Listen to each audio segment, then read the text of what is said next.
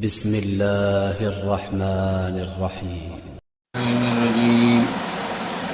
بسم الله الرحمن الرحيم. الحمد لله رب العالمين والعاقبة للمتقين والصلاة والسلام على سيد الأنبياء والمرسلين وخاتم النبيين مولانا وسيدنا أبي القاسم محمد وعلى الطيبين الطاهرين المعصومين ولعنة الله على أعدائهم أجمعين من الآن إلى قيام يوم الدين. أما بعد فقد قال الله تعالى في كتابه المبين وهو أصدق القائلين وقوله الحق. بسم الله الرحمن الرحيم. لا تهنوا ولا تحزنوا أنتم الأعلون إن كنتم مؤمنين. قرآن مجید آج سے 1400 برس پہلے صاحبان ایمان کو یہ خوشخبری دے چکا ہے کہ نہ تو تم اپنے آپ میں وہن محسوس کرو نہ حزن محسوس کرو، تم ہی بلند و بالا ہو، لیکن ایک شرط ضرور ہے کہ تم اپنے ایمان کو اپنے ہاتھ سے نہ چھوڑنا، ایمان سے وابستہ رہنا، ایمان سے اپنے آپ کو جوڑے رکھنا۔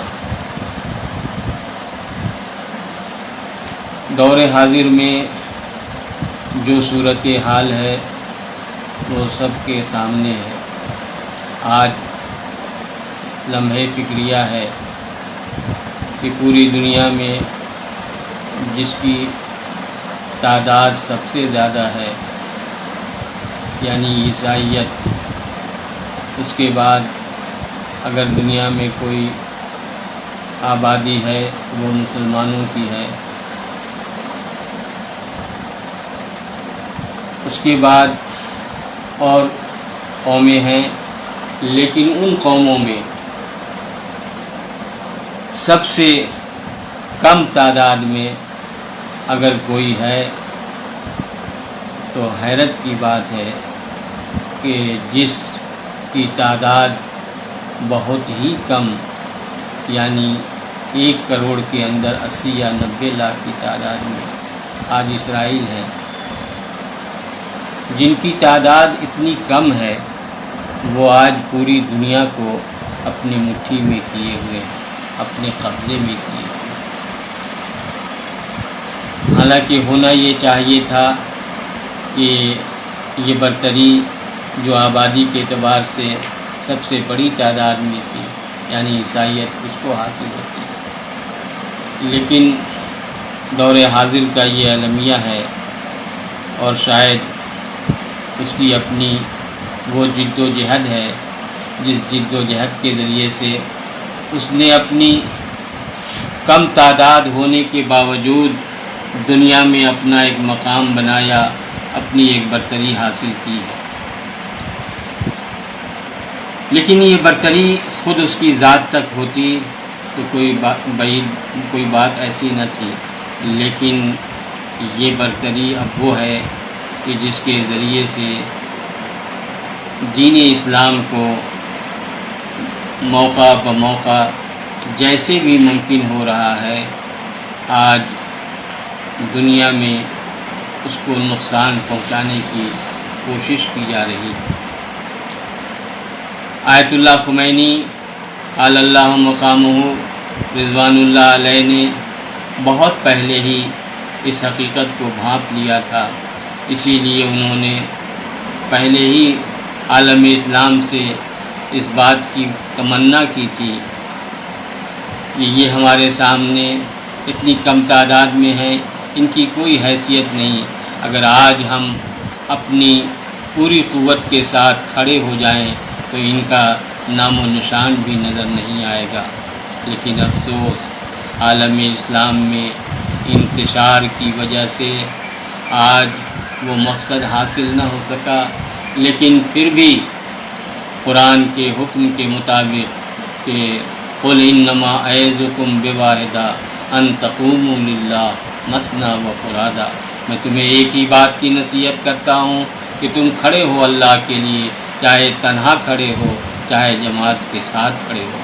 بیت المقدس تمہارا قبلہ تھا، ہے، رہے گا، اور قیامت تک تمہارے لیے اس کی جو اہمیت ہے وہ برقرار رہے گی۔ کیا آج یہ المیہ نہیں کہ ہمارا وہ بیت المقدس جو قبلہ اول تھا، اس پر ایسی غاصب حکومت، ایسی جابر حکومت کا قبضہ ہے کہ جو کم از کم ان لوگوں کو جو دائرہ اسلام میں ہیں اس بات کی اجازت نہیں دیتا کہ وہ جا کر اپنے واجبات کو ادا کر سکیں، یہ المیہ ہے۔ اس لیے ظلم کبھی بھی باقی نہیں رہتا ہے۔ مولا کائنات غالب کل غالب علی ابن ابی طالب علیہ السلام کا فرمان ہے کہ دنیا میں حکومت کفر کے ساتھ باقی رہ سکتی ہے لیکن ظلم کے ساتھ باقی نہیں رہ سکتی ہے۔ اسرائیل کو جتنا ظلم کرنا ہے ظلم کرے، لیکن یقین جانیے کہ ایک دن ایسا آنے والا ہے کہ اس حکومت کا خاتمہ ہو جائے گا اور پھر سے اسلام کا بول بالا ہو جائے گا۔ جو اسلام نے 1400 برس پہلے پیشن گوئی کی تھی اور جو اسلام نے برتری کی سند عطا کی تھی، آج پوری دنیا میں اس بات کی ضرورت ہے کہ اسلام کی اسی برتری کو، اسی محبت کو، اسی الفت کو جو دین انسانیت ہے، جو دین رحمت ہے، جو دین آسانی والا دین ہے، جو دین لوگوں کو ایک دوسرے سے جوڑتا ہے، جو لوگوں کو ایک دوسرے سے وابستہ رکھتا ہے، وہ دین آج بھی انسان کو آواز دے رہا ہے کہ اگر تم سیدھا راستہ چاہتے ہو، اگر تم صراط مستقیم چاہتے ہو تو ان کے راستے کو اپناؤ جنہوں نے صراط مستقیم پر چل کر کے اپنی گردنیں کٹوا دیں، اپنے خون کا نذرانہ پیش کیا۔ دور حاضر میں اس وقت جو صورتحال ہے، اس صورتحال میں سب کی نگاہوں کے سامنے ساری باتیں ہیں۔ کہنے کے لیے بس اتنا ہی کافی ہے کہ اب بھی ہمیں ہوش میں آنے کی ضرورت ہے اور اپنی اس کھوئی ہوئی طاقت کو پھر سے حاصل کرنے کی ضرورت ہے، جس کے ذریعے سے ہم عالم اسلام میں ایک مرتبہ پھر اس اسلامی طاقت کا مظاہرہ کر کے اس بیت المقدس کو جو ہمارا قبل اول ہے ہم اسے آزاد کرا سکیں۔ بیت یوم القدس کی یاد آج اسی کے لیے ہے اور اسی بات کا پیغام دینے کے لیے ہے کہ مسلمانوں اپنے قبل اول کو فراموش نہ کرو، اپنے قبل اول کو بھولو نہیں، وہ تمہارا قبل اول ہے، بیت المقدس تمہارا ہے۔ غاصب حکومت کا قبضہ اگرچہ آج وقتی ہے لیکن پھر وہ تمہارا ہی ہے، تمہارے ہی ہاتھ میں آئے گا۔ اللہ الذی ہدانا لہذا وما كنا لنهتدی لولا ان ہدانا اللہ لقد جاءت رسل ربنا بالحق والصلاة والسلام علی رسولہ الکریم وآلہ الطیبین الطاہرین، اما بعد فقد قال تبارک و تعالی فی کتابہ المبین وهو اصدق الصادقین وقولہ الحق بالحق۔ بسم اللہ الرحمن الرحیم، واعتصموا بحبل اللہ جميعا ولا تفرقوا۔ ناظرین کرام، آج دنیا کے مختلف ممالک میں فلسطین پر مسلمانوں کی جانب سے اسرائیل کے غاصبانہ اور ناجائز قبضے کے خلاف احتجاج ہو رہا ہے۔ چونکہ کرونا وائرس وبا کووڈ-19 کی وجہ سے عام آدمیوں کا باہر نکلنا ممکن نہیں ہے اور حکومت کی جانب سے بھی جلسہ اور جلوس پر پابندی عائد ہے. اس لیے یہ احتجاج ریلیوں یا جلسوں کی شکل میں حسب سابق نہیں ہو رہی ہے، بلکہ انٹرنیٹ کے ذریعے ہو رہا ہے، اور ساری دنیا میں یہ پروگرام آن لائن ظالم کے ظلم سے نفرت کرنے والے اور مظلوموں کی حمایت میں ہمیشہ کھڑے رہنے والے انسانیت دوست انسان اس پروگرام کو منا رہے ہیں، تاکہ دنیا یہ سمجھے کہ ظالم کون ہے اور مظلوم کون ہے.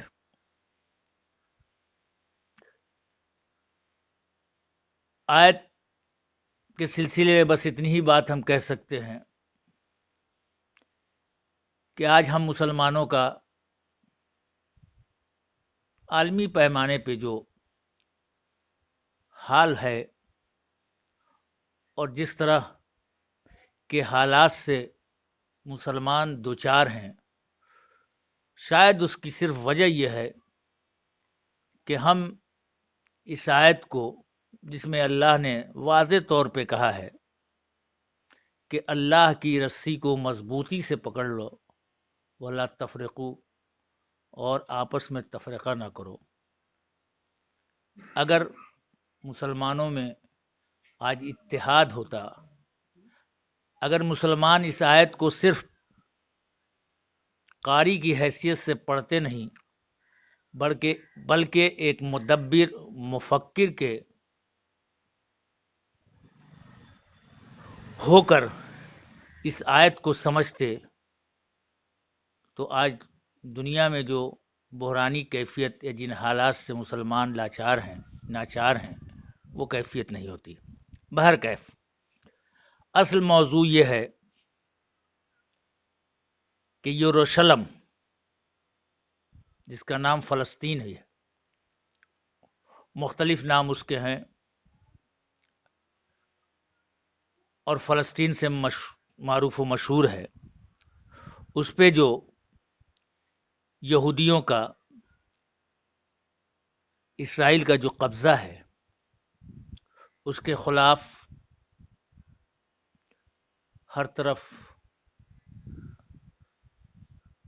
برسہ برس سے انسان احتجاج کر رہا ہے. انسان دوست جو ظلم وہاں فلسطینیوں پر مچایا جا رہا ہے، جو ظلم ان کے اوپر برپا کیا گیا ہے، جس ظلم سے فلسطین دوچار ہیں.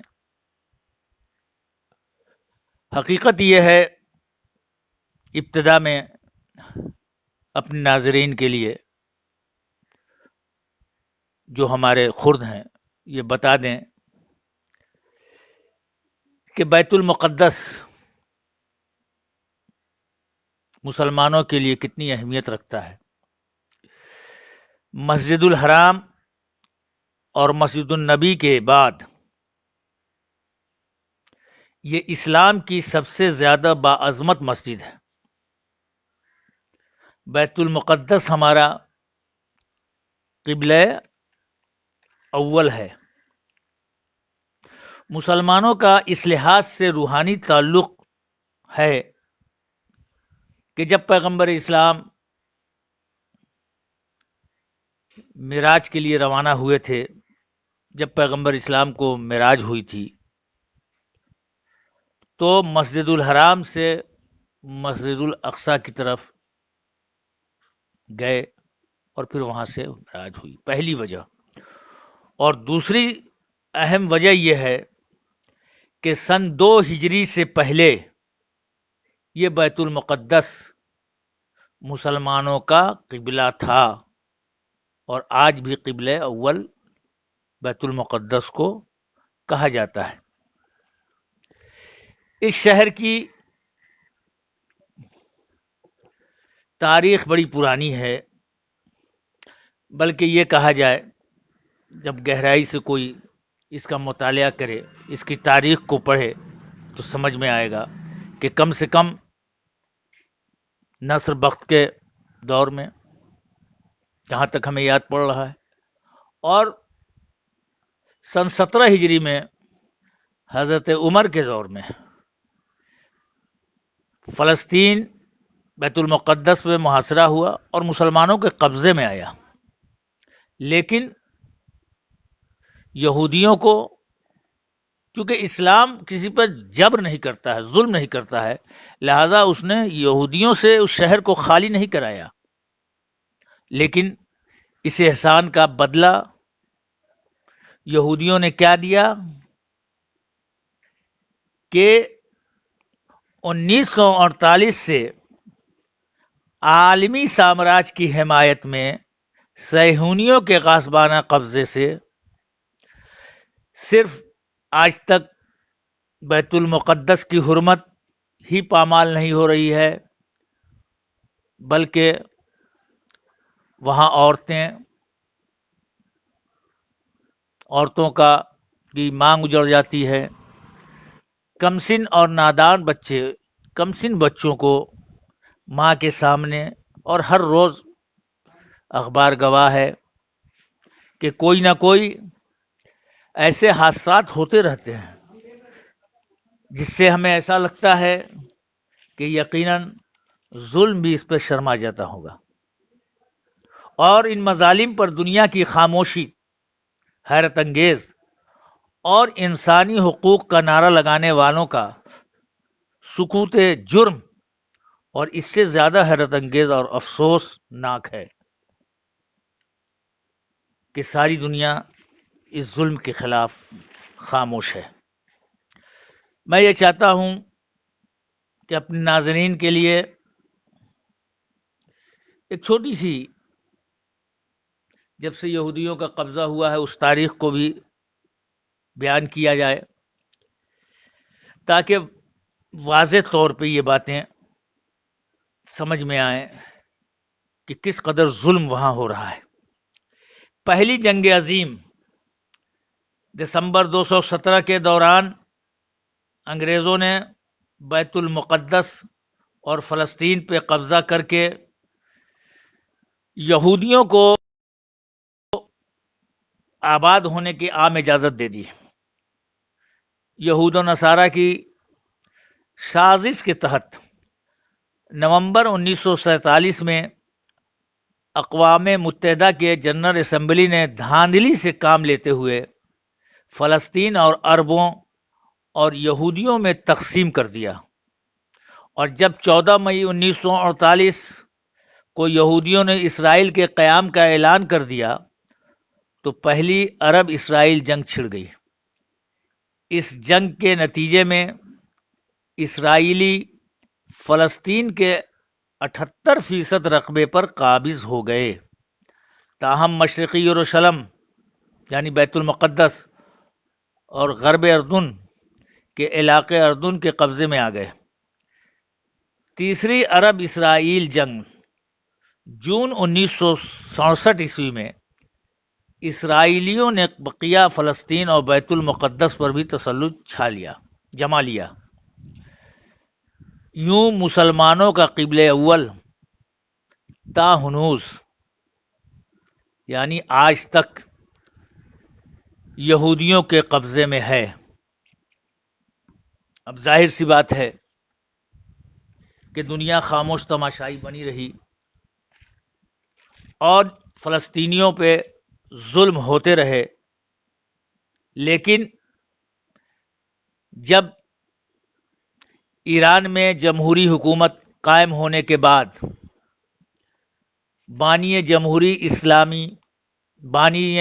اسلامی آیت اللہ العظمیٰ امام خمینی رحم اللہ تعالی نے اسلامی انقلاب کی کامیابی کے بعد انسانیت کے دشمنوں سے اظہار بیزاری اور مظلوموں کی حمایت کی خاطر ماہ رمضان المبارک کے آخری جمعے کو یوم قدس کا نام دے دیا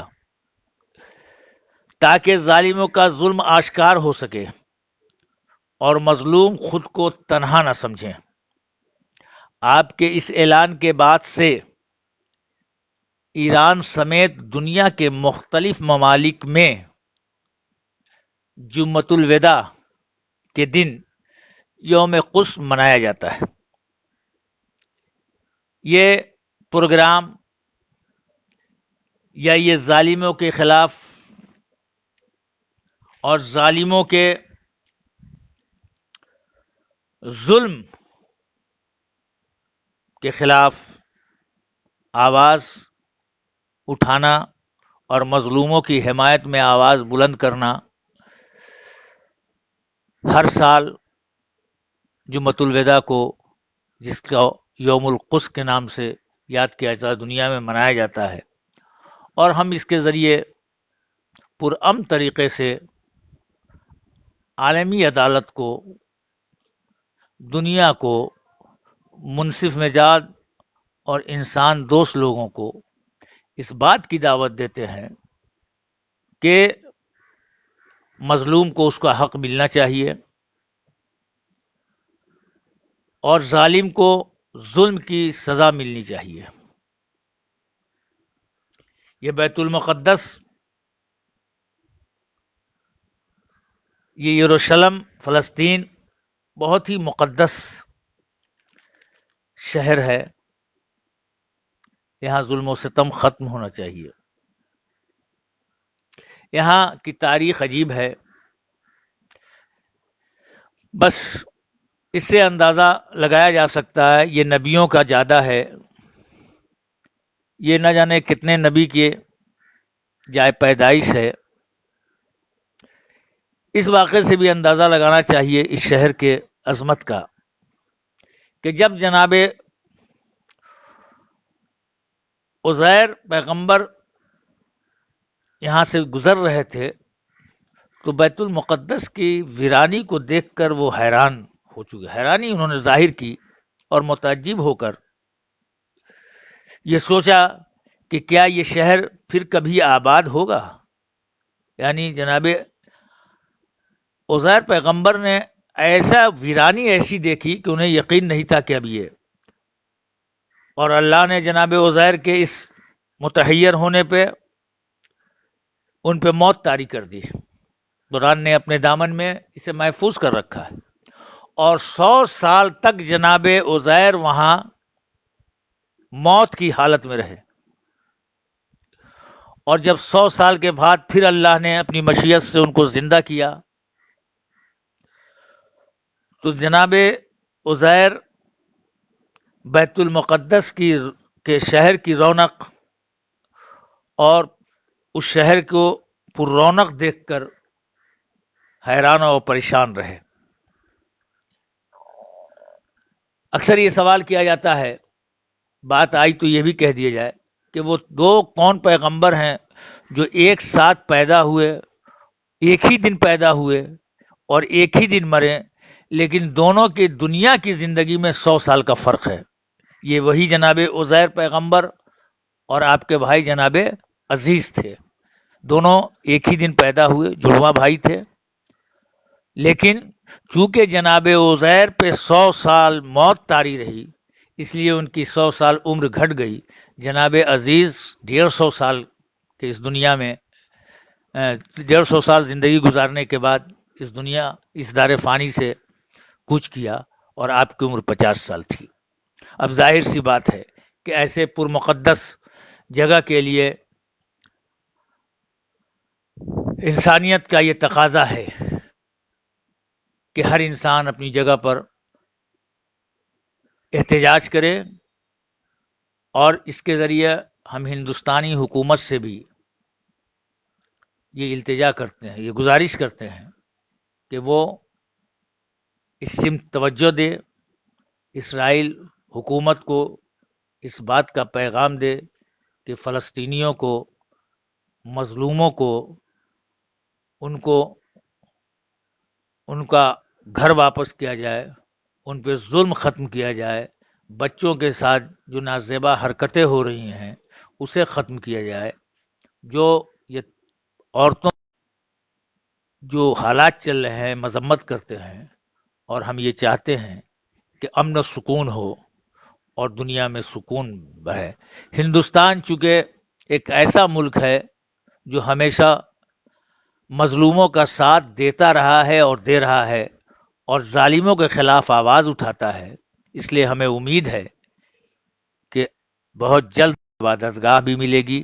خاص اعوذ باللہ من الشیطان الرجیم، بسم اللہ الرحمن الرحیم، الحمدللہ رب العالمین والصلاة والسلام علی اشرف الانبیاء والمرسلین خاتم النبیین وابوالقاسم محمد، اما بعد، فقال اللہ الحکیم فی کتابہ المبین وہو اصدق الصادقین وقول الحق، بسم اللہ الرحمن الرحیم، سبحان الذی اسری بعبدہ لیلا من المسجد الحرام الی المسجد الاقصی، صدق اللہ العلی العظیم۔ عزیزان گرامی، جیسا کہ آپ کو معلوم ہے، جمعۃ الوداع کا آج کا دن ہے۔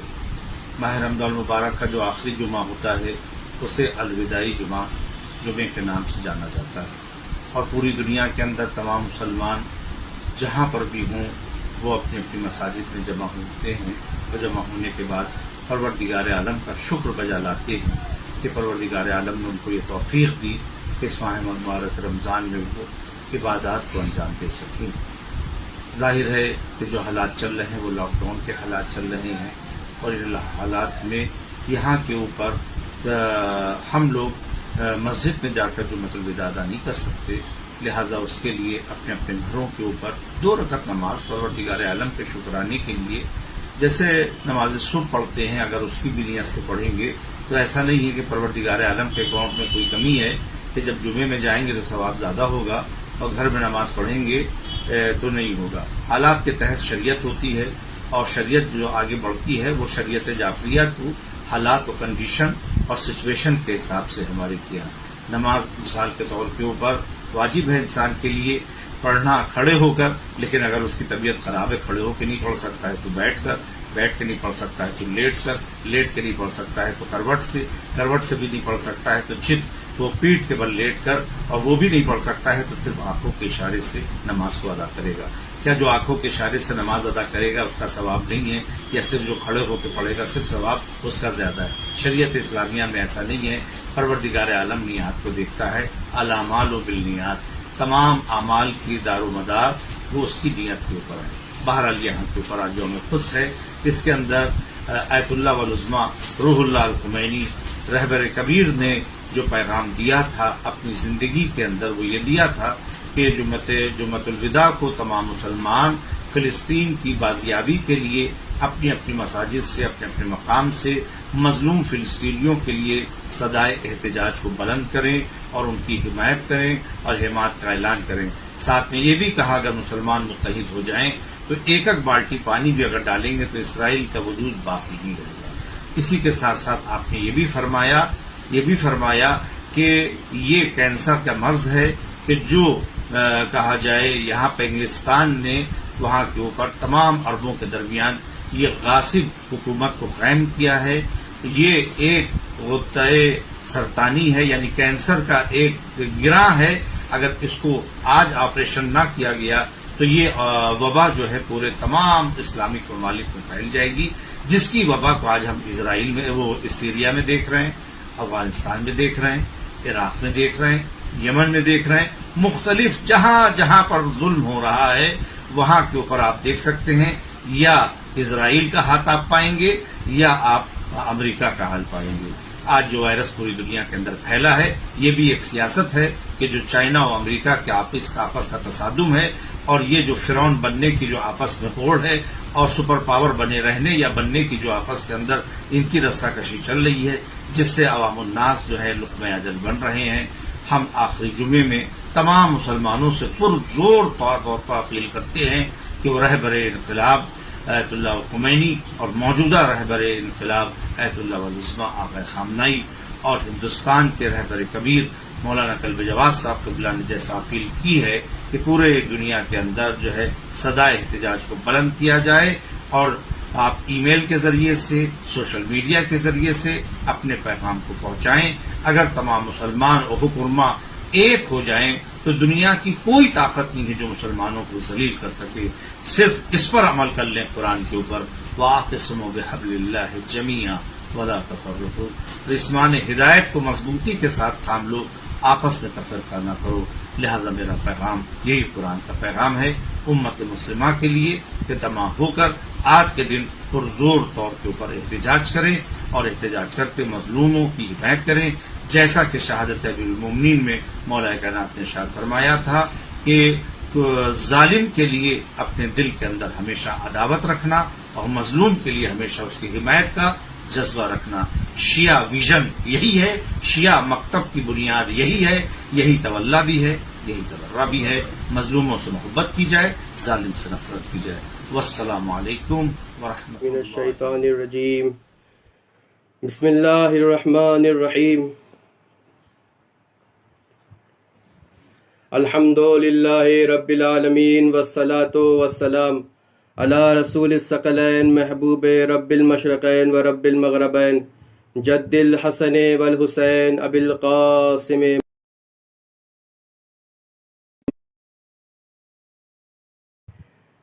کونا للظالم خصما وللمظلوم عونا.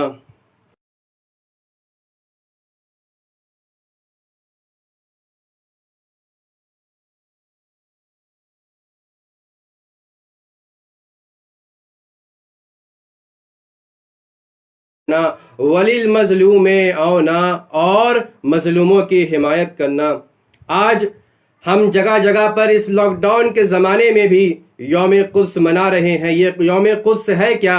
یہ یوم قدس وہ ہے کہ جو آخری جمعے کو ماہ رمضان کے آخری جمعے سب مل کر فلسطین کی حمایت میں فلسطین یوم قدس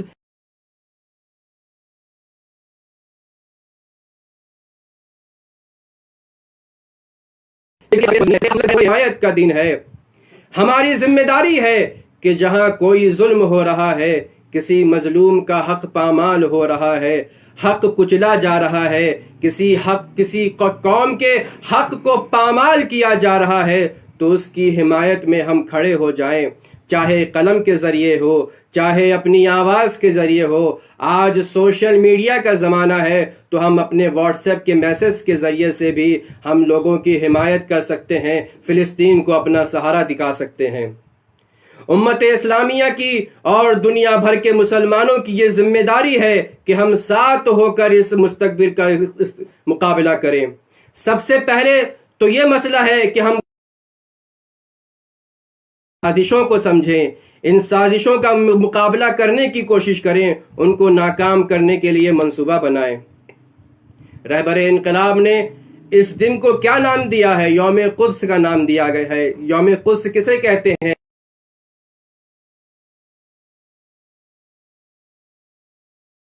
کا قبلہ اول تھا جس کی طرف ہم رخ کر نماز پڑھتے تھے، لیکن اسے اسرائیلیوں نے غصب کر لیا. جب پہلی اور دوسری جنگ ورلڈ وار ہو رہی تھی اور اس میں لوگ شکست کھا رہے تھے، اس وقت سامراجی حکومت جیسے انگلینڈ، امریکہ، فرانس اور دوسری طاقتوں نے مل کر ایک منصوبہ بنایا.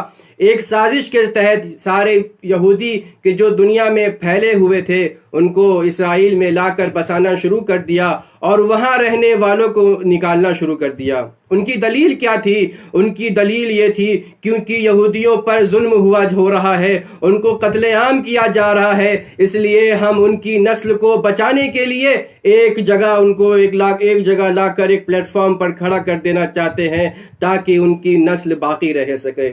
یہ بتائیے اگر ان کا مقصد یہ تھا کہ ان کی نسل باقی رہ جائے تو وہ خود انہیں اپنے امریکہ میں جگہ دیتے، انگلینڈ میں جگہ دیتے، لیکن مسلمانوں کے درمیان کہ وہ ہمیشہ یہ چاہتے تھے کہ ہمیشہ مسلمان کو ستاتے رہیں، پریشان کرتے رہیں. اگر آپ ان یہودیوں کی تاریخ اٹھا کر دیکھ لیں تو آپ کو دکھے گا کہ یہ جب مدینے میں آئے ہیں تو یہ مدینہ میں کیوں آئے ہیں؟ یہ اس لیے مدینے میں آئے ہیں کیونکہ انہوں نے اپنے کتابوں میں پڑھا تھا کہ ایک وقت مدینہ و مکہ کی سرزمین پر ایک نبی آئے گا، اور ان کی یہ خواہش تھی کہ وہ اس نبی پر سب سے پہلے ایمان لے آئیں.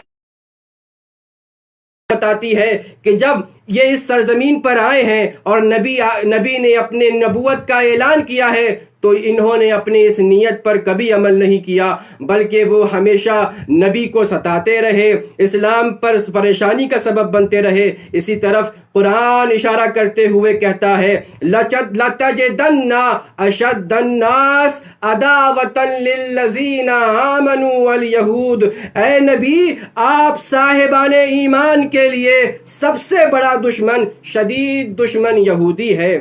تو جنگ عظیم یعنی 1942 میں جب ورلڈ وار 2 ہو رہا تھا، یہی اسی وقت سے یہ تحریک شروع کر دی گئی، اور 14 مئی 1939 کو اسرائیل کو آفیشیل طور پر ایک شہر قبول کر لیا گیا، ایک ملک قبول کر لیا گیا۔ آج کتنے ہی ممالک ایسے ہیں کہ جنہیں آزاد ہوئے بہت وقت گزر چکا ہے، لیکن انہیں ابھی تک رجسٹریشن نہیں ہو سکا ہے، لیجیٹیمیٹ گورنمنٹ ان کو یہ حاصل نہیں ہو سکا ہے۔ ایسا کیوں ہے؟ اس لیے کہ یہ آتی تھی کہ یہ اسرائیل قبضہ پالے فلسطین پر اور ان پر ظلم کر سکے۔ 5 جون 1967 کو 1967 اور اسرائیل کی جنگ ہوئی، اور 28 جون 19 اسرائیل کا قبضہ حاصل ہوا۔ کیا غصب شدہ چیز پر جسے چھینا گیا ہو اس پر حق جتایا جا سکتا ہے؟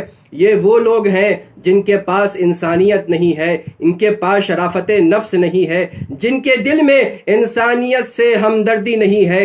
آج فلسطینیوں پر زندگی تنگ کر دی گئی ہے، ان لوگوں کے گھروں میں دیواریں اٹھائی گئی ہیں۔ ایسا کیوں ہے؟ آج سپر پاورز کے راستے میں مرجعیت رکاوٹ بنی ہوئی ہے۔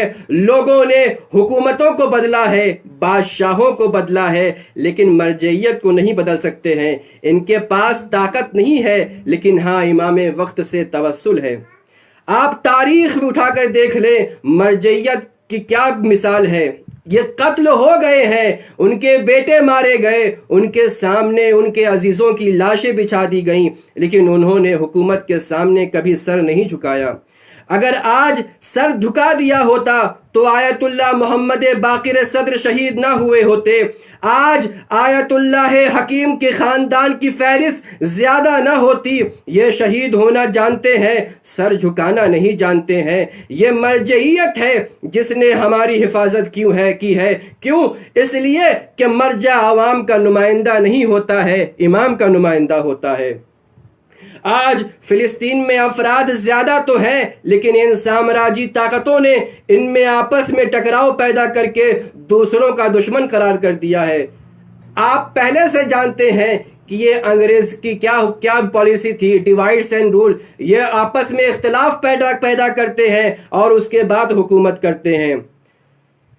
عرب اور اسرائیل کے درمیان 6 جنگیں ہوئی ہیں، 7 جنگیں ہوئی ہیں۔ ان کے پاس اسلحے تھے، افراد تھے، طاقتیں تھیں۔ یہ ساری جنگیں ہفتہ یا 10 دن چلی ہیں، لیکن ہر جنگ میں اسرائیل کو فتح ہوئی ہے اور عرب کو شکست ہوئی ہے۔ صرف ایک جنگ ہے کہ جہاں پر جو جنگ 1 مہینے سے زیادہ چلی ہے، لیکن اسرائیل اس جنگ میں جیت نہیں پایا بلکہ حزب اللہ جیتا ہے۔ وجہ کیا ہے؟ بقیہ جنگوں میں عرب کو شکست کا سامنا کرنا پڑا ہے، ہار کا سامنا کرنا پڑا، لیکن حزب اللہ فتح کیوں ہو گیا؟ حزب اللہ کامیاب کیوں ہو گیا؟ اس لیے کہ ہمارے پاس تاریخ خیبر موجود ہے کہ جب تک علی میدان میں نہیں گئے یہودی جیتتے گئے، لیکن جس دن علی نے میدان میں قدم رکھا ہے تو یہودی ہارتا ہوا نظر آیا۔ کیوں؟ اس لیے کہ جب تک میدان میں دوسروں کی اولاد جاتی رہی اس وقت تک شکست کھاتے رہے، لیکن جب علی کا بیٹا میدان میں اترا ہے، حیدر کرار کا بیٹا میدان میں اترا، تو اس وقت جو سبق دادا سے سیکھا تھا وہی سبق کو اجرا کرتے ہوا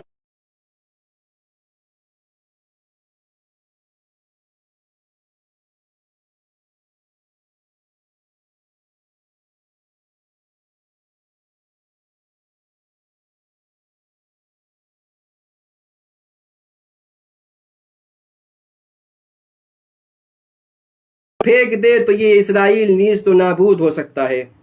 ہماری طاقت انتشار کا شکار ہے۔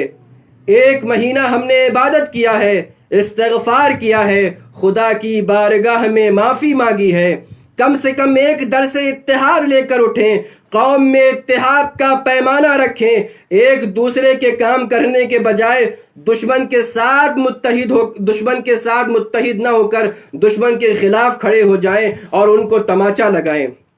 آج ہمارے نوجوانوں کے ذہن میں دو سوال پیدا ہوتا ہے۔ پہلا سوال یہ کہ خود ہمارے ذہن میں جو سوال پیدا ہو رہا ہے کہ اسرائیل کی مخالفت کیوں، ہم شیعہ اسرائیل کی مخالفت کیوں،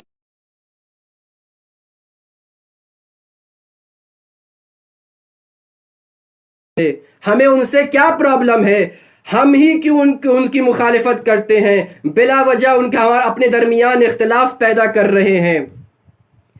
آخر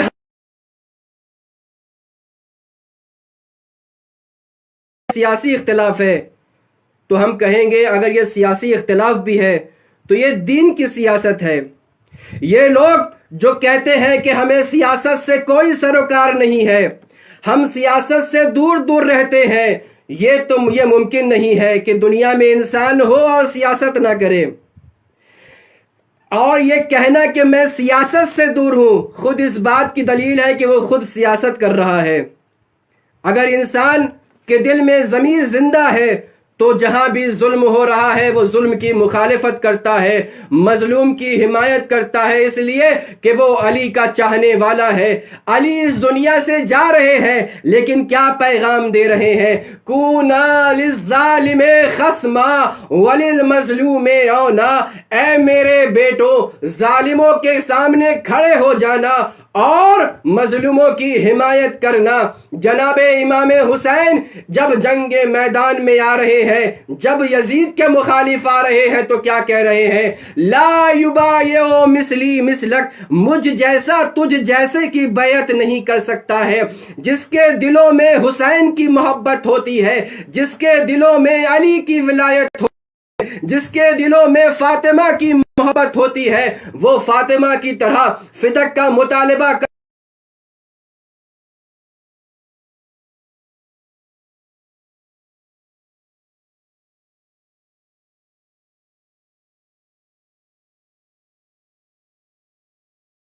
میڈیا کے ذریعے سے بتلانا یہ چاہتے ہیں کہ اے فلسطینیوں تم اکیلے نہیں ہو بلکہ تمہارے ساتھ ہمارا ساتھ ہے۔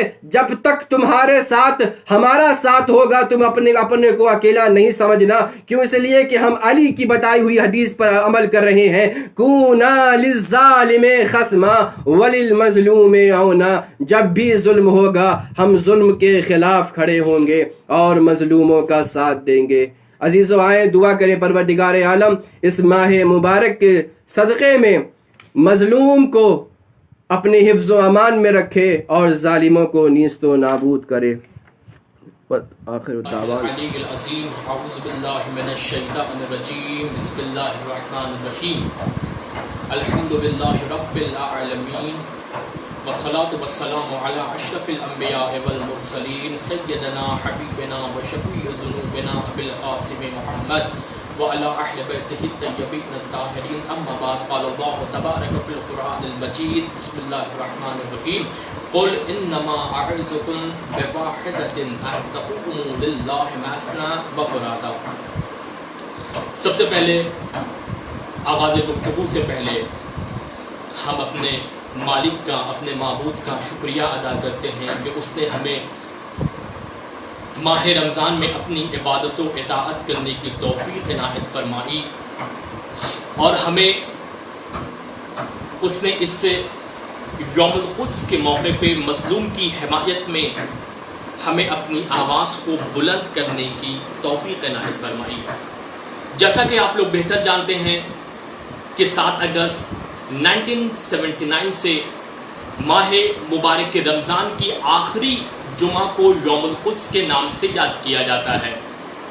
یوم القدس یعنی مظلوم کی حمایت کا دن، یوم القدس یعنی ظالم کے خلاف صدائے احتجاج بلند کرنے کا دن، یوم القدس یعنی اسلام کا دن، یوم القدس یعنی اسلام کی حیات کا دن، یوم القدس یعنی طاغوتی نظام کے چہرے پر الہی نظام کا تماچا، یوم القدس یعنی ملت اسلام کو، امت مسلمہ کو خدا کی راہ میں قیام کرنے کی دعوت۔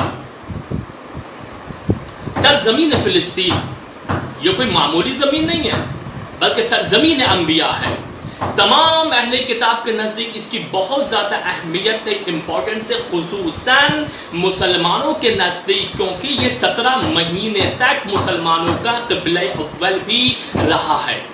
اس سرزمین انبیاء کو ایک بہت بڑی سازش، خیانت، قتل و غارت، فتن و فساد کے ذریعے سے 1948 میں وہاں کے لوگوں کو ان کی زمین سے نکال کر اسرائیل نے وہاں پر ان کی زمینوں پر قبضہ کر لیا تھا، اور اس قبضے میں سب سے بڑی خیانت اگر کسی نے ادا کی ہے تو وہ آل سعود نے ادا کی ہے۔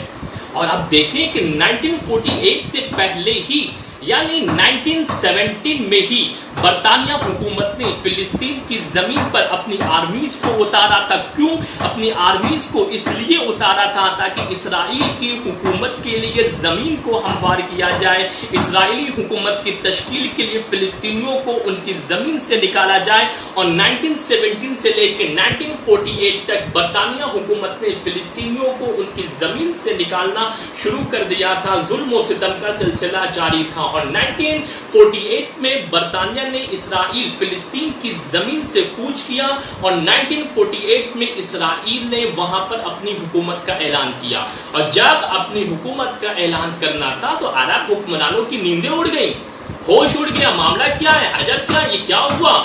اس کے بعد 1967 میں تمام عرب حکمرانوں نے پوری قوت کے ساتھ اسرائیل پر حملہ کیا، مگر مسلسل کوشش کرنے کے بعد بھی شکست اور ذلت ان عرب حکمرانوں کا مقدر بن گیا۔ کیوں بھائی؟ کیونکہ عرب حکمرانوں نے اپنی خیانت کے ذریعے سے پوری امت فلسطین کو دھوکہ دیا، خیانت کی۔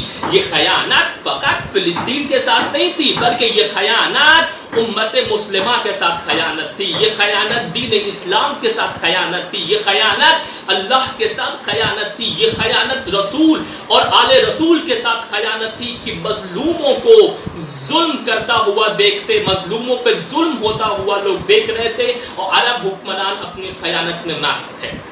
ایک طرف سرزمین فلسطین بے گناہوں کے خون سے رنگین ہو رہی تھی، اور دوسری طرف عرب حکمرانوں کی خیانتیں جاری تھی کہ عین اسی عالم میں ایک سرزمین ایران پر فرزند اسلام فرزند توحید امام خمینی بت شکن نے قیام کیا، اور ملت ایران کو طاغوتی نظام اور استکبار کی زنجیروں سے آزاد کرنے کے بعد سب سے پہلے فوراً متوجہ ہوئے غاصب اسرائیل کی طرف، اور فرمایا کہ غاصب اسرائیل کا قبضہ فلسطین کی سرزمین پر ایسا ہی ہے جیسے مسلمانوں کے دلوں میں خنجر اتار دیا گیا ہو۔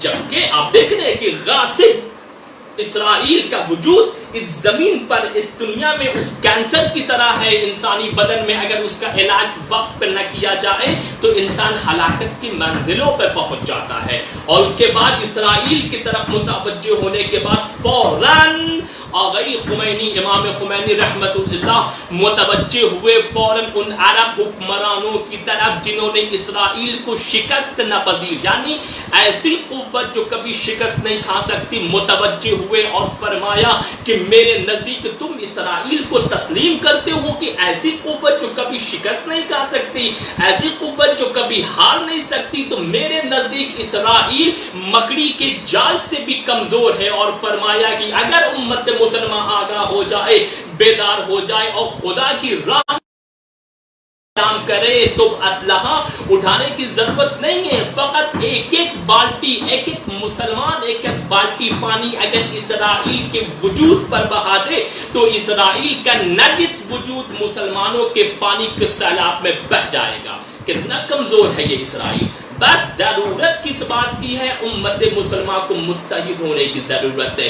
ضرورت کس بات کی ہے کہ امت مسلمہ آگاہ ہو جائے، خبردار ہو جائے، خدا کی راہ میں قیام کرے، ان ذمہ داریوں کو سمجھے جو ذمہ داریاں اللہ نے ایک مسلمان پہ ان کے کاندھوں پہ رکھی۔ آپ دیکھیں کہ سورہ نساء کی آیت نمبر 75 ہے، سورہ حج کی آیت نمبر 40 میں جا کے دیکھیں کہ اللہ نے مسلمانوں کے کاندھوں پر مظلوم کی حمایت کی ذمہ داری رکھی ہے۔ کہاں ہم اپنی جب تک اپنی ذمہ داریوں کو ہم پورا نہیں کریں گے مسئلہ فلسطین حل نہیں ہوگا.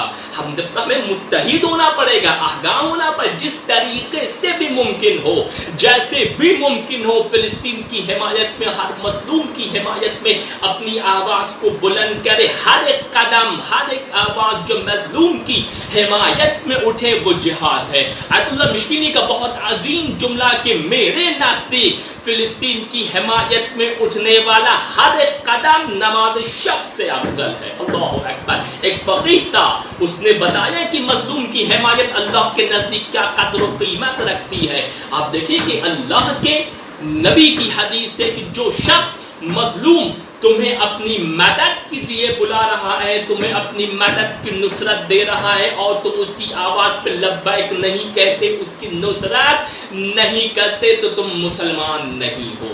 پیغمبر نے ٹوٹلی طریقے سے انکار کر دیا. اگر مظلوم کی حمایت نہ کر سکے, اس کی حمایت میں اپنے لب کو نہ کھول سکے, اس کی حمایت میں اپنی جسمانی قوت اور ایفرٹ کو خرچ نہ کر سکے, تو تم مسلمان نہیں ہیں. علی مرتضیٰ کا بہت عظیم فقرہ حدیث ہے کہ خدا کے لیے, خدا کے دشمنوں کو دوستی نہ رکھو, یعنی خدا کے دشمنوں سے دوستی نہ رکھو, ان سے محبت نہ کرو, اور مظلوم کے ہمیشہ معاون اور مددگار رہو, اور خدا کے دوستوں کے سوا کسی اور سے دوستی نہ رکھو. کہ یاد رکھو کہ جو شخص جس سے محبت کرے گا روز قیامت اسی شخص کے ساتھ محشور ہوگا. ہم پر یہ واجب ہے, لازم ہے ہمارے اوپر کہ اس دنیا میں ایسے اعمال انجام دے کہ جب خدا کی بارگاہ میں ہم پہنچے تو ہمارے نامہ اعمال نے مظلوم کی حمایت لکھی ہو, مظلوم کی نصرت لکھی ہو, ظالم کی معاونت اور مدد نہ لکھی ہو. آخر کلام میں پروردگار عالم کی بارگاہ میں ہماری دعا ہے, میرے معبود پنجتن پاک کے طفیل میں اور اس ماہ مبارک کے رمضان کی عظمت اور شرف کے طفیل میں اگر ظالمین اگر قابل ہدایت نہیں ہے تو ان کو نیست و نابود فرما. سرزمین فلسطین کو ظالموں کے شکنجے سے آزاد فرما, اور ہمارے وقت کے امام کے ظہور میں تعجیل فرما. وآخر دعوانا ان الحمد للہ رب